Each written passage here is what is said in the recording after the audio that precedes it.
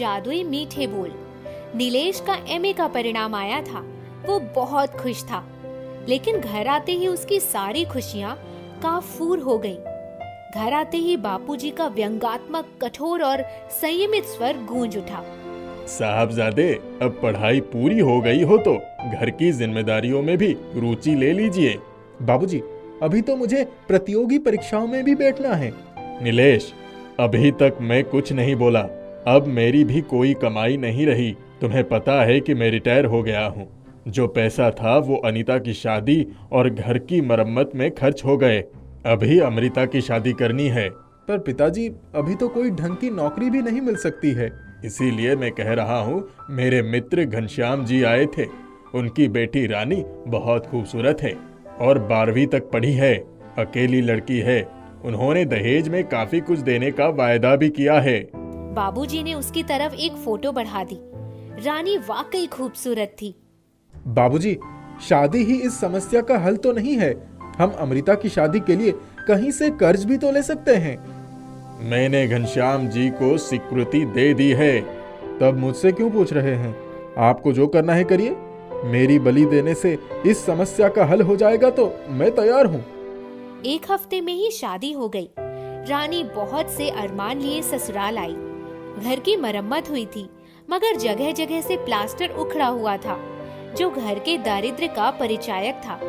रानी ने उसे अपना भाग्य मान लिया। अलहड़ उम्र थी। मैं अपने पति के साथ हर हाल में खुश रह लूंगी। नीलेश जब कमरे में आया तो खिड़की के पास खड़ी थी। आहट सुनकर पीछे की तरफ पलटी तो पति की आंखें देखकर सहम गई।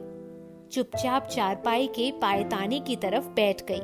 कुछ बोलने का साहस न जुटा सकी। नहीं बोलती तो ना बोले। इसे अगर इस बात का घमंड है कि पढ़ी लिखी है तो मैं भी नहीं गया था शादी के लिए हाथ मांगने।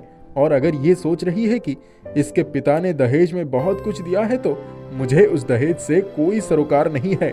वो तो बाबूजी की इच्छा थी। मुझे तो शादी ब्याह के बंधन में अभी बंधना ही नहीं था। ये कैसा मिलन है? मैंने तो सुना था पति ही पहले बात करते हैं। मैं कैसे बोलूं? कहीं ये ना समझे कि मैं बहुत उतावली हो रही हूँ। थोड़ी देर में नीलेश अपनी तकिया पर मुंह घुमाकर सो गया। रानी के सारे अरमान उसकी आंखों से आंसुओं के रूप में पिघलकर गिरने लगे। सुबह सुबह उसकी ननद, भाभी जल्दी उठो, अम्मा बुला रही है। बस अभी आई। वो झटपट तैयार होकर बाहर आ गई। बहू, यहाँ मायके की तरह उघड़े मुंह बाहर मत आना। लिहाज शर्म माँ ने नहीं सिखाया क्या? रानी ने अपना घूंघट सरका लिया था। माँ ने ये भी नहीं बताया कि सुबह उठकर सबके पैर छूकर आशीर्वाद लेते हैं। रानी सास ससुर के पैर छूकर रसोई घर में चली गई। तभी नीलेश ने कहा, माँ, नाश्ता दे दो, मुझे निकलना है। अरे, अभी 2 दिन पहले ही तो तेरा ब्याह हुआ है, कहाँ जाना है? कुछ है तो दो, वरना मैं चला जाऊं। बहू, नाश्ता बना दो। क्यों? रोज क्या वही नाश्ता देती थी? अमृता कहाँ है? उसके सिर में बहुत दर्द है। रहने दो फिर, मैं जा रहा हूँ। क्या बात है? इतना तेवर क्यों दिखा रहे हो? नीलेश चुपचाप वहाँ से निकलकर चला गया। रानी दरवाजे की ओट में ठगी सी खड़ी रह गई। समझ ही नहीं पा रही थी कि उसका अपराध क्या है। माँ जी, नाश्ता रख दो। जिसके लिए बनवाया था वो तो भूखा ही चला गया। अब तुम्हारे मुंह में जाएगा। रानी अपने कमरे में बिस्तर पर गिरकर फूट फूट कर रो पड़ी। वाह, क्या स्वागत है ससुराल में। मुझे जब तक वो नहीं बोलेंगे मैं भी नहीं बोलूंगी। कहाँ गई बहू? खाना नहीं बनेगा क्या? रानी भागती हुई आई। जी माँ जी, क्या बनाऊं? दाल सब्जी रोटी ही बनेगी, और क्या 56 भोग थोड़ी ही बनाना है। रानी रसोई घर में जाकर काम में व्यस्त हो गई।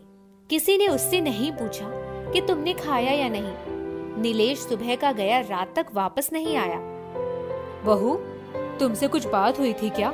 कहाँ गया है नीलेश? नहीं तो। कैसी पत्नी हो तुम? रानी रात तक अपने कमरे में इंतजार करती रही, पर नीलेश नहीं आया।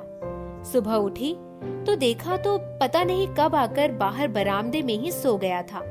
बेटा, बहू से किसी बात पर नाराजगी है क्या, जो यहाँ सो रहे हो? मैं किसी से क्यों नाराज होऊंगा? बस मैंने सोचा कि किसी के नींद में क्यों खलल डालूं। कल मैं नौकरी के लिए कलकत्ता जा रहा हूँ। दूसरे दिन ही वो चला गया था। हर महीने बाबूजी के नाम मनी ऑर्डर जाता। कभी एक चिट्ठी भी उसके नाम की नहीं आई। कुछ ही महीनों बाद अमृता की शादी की तैयारियां चल रही थी। नीलेश भी आ गया था। उसके दहेज में आया सारा सामान अमृता को देने के लिए एक जगह रख दिया गया। जब जेवर देने की बात आई, नीलेश, बहू के जेवर तो तुम्हें ही उससे मांग कर लाने होंगे। वो कहीं की महारानी थोड़ी है, मांग के क्यों लाना है? अभी लेकर आता हूँ। रानी रोटी बना रही थी, चुपचाप सुन लिया, उठकर गई भी नहीं। अपने दुर्भाग्य पर आंसू बहाने के अलावा और कर भी क्या सकती थी, जिसके साथ जीवन भर जीने और मरने की कस्में खाई। जब वो ही अपना नहीं तो जेवर मेरे किस काम के। माँ, ये लो। उसको बता तो दो। कोई जरूरत नहीं है। रानी ने सारे घर की जिम्मेदारी संभाल ली थी, पर सास ससुर और पति को कभी खुश नहीं कर पाई। उसने भी अपने आप को काम में उलझाए रखना ही उचित समझा। कुछ ही महीनों के बाद एक दिन अमृता के ससुराल वालों ने अमृता को मायके पहुंचा दिया। मालूम पड़ा कि उसके पति का किसी पराई स्त्री से संबंध है। इसी बात को लेकर झगड़ा बढ़ता गया और हमेशा के लिए मायके छोड़ दिया। माँ, मैं अब वहाँ नहीं जाऊंगी।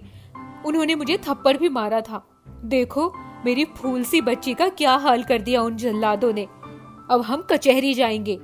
हाँ हाँ, कचहरी जाने के लिए शायद मुझे एक ब्याह और करना पड़ेगा, क्योंकि घर की हालत तो वैसे ही बड़ी अच्छी है। वो शौक भी पूरा कर लो। नीलेश जा चुका था। उनके बीच कोई बातचीत नहीं हुई। 2 साल बीत गए। लगता है पोते पोतियों का मुंह देखे बिना ही मर जाऊंगी। भाभी, अब डॉक्टर के पास क्यों नहीं जाती? अमृता, मैं ऐसे ही ठीक हूँ। सुबह सुबह उठकर इस बांझ का मुंह देखना नसीब होता है। रानी चुपचाप अपने कमरे में काम में लगी रहती, कभी उफ तक नहीं करती।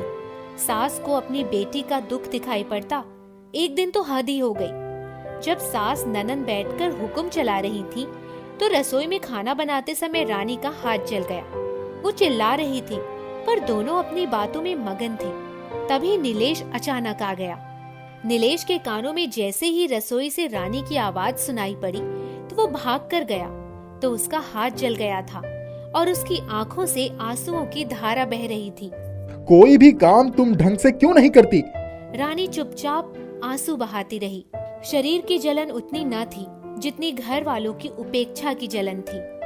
उसने तुरंत हाथ पर पानी डाल लिया और कमरे में आकर बिलख उठी। आज उसके सब्र का बांध टूट गया। नीलेश पीछे पीछे आ गया। रानी बिस्तर पर लेटी थी, हाथ में फफोले पड़ गए थे। उसके चेहरे पर पीड़ा साफ झलक रही थी। आंखों के कोर भीगे हुए थे, होठ सूखे हुए थे। रानी, मुझे माफ कर दो। आज तक मैंने तुमसे कभी माफी नहीं मांगी।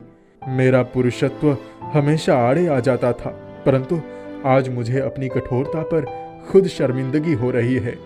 रानी के सब्र का बांध टूट चुका था और वो उसके सीने से लगकर रो पड़ी। बस मेरा अपराध तो बता देते, इतना ही तो चाहा था मैंने। नहीं रानी, अब मत रो। अब मैं समझ गया कि सबने मुझे ही नहीं, तुम्हें भी अपने स्वार्थ के लिए इस्तेमाल किया है। मैं सब संभाल लूंगा, तुम्हें कभी कोई तकलीफ नहीं दूंगा। हम अपना नया घर बनाएंगे। अब मैंने अपना तबादला इसी शहर में करवा लिया है। आप सो जाइए। नहीं, तुम्हें अगर कोई जरूरत पड़ी तो मैं आपको जगा दूंगी। नीलेश ने पहली बार महसूस किया कि रानी कितनी खूबसूरत थी। वो आकर चुपचाप लेट गया। इसी प्यार के लिए तरस गई थी। यही मीठे बोल पहले ही बोल लेते तो जिंदगी की हर कठिनाई खुशी खुशी सह लेती। नीलेश के वे मीठे बोल ही रानी के लिए जादू का काम कर गए।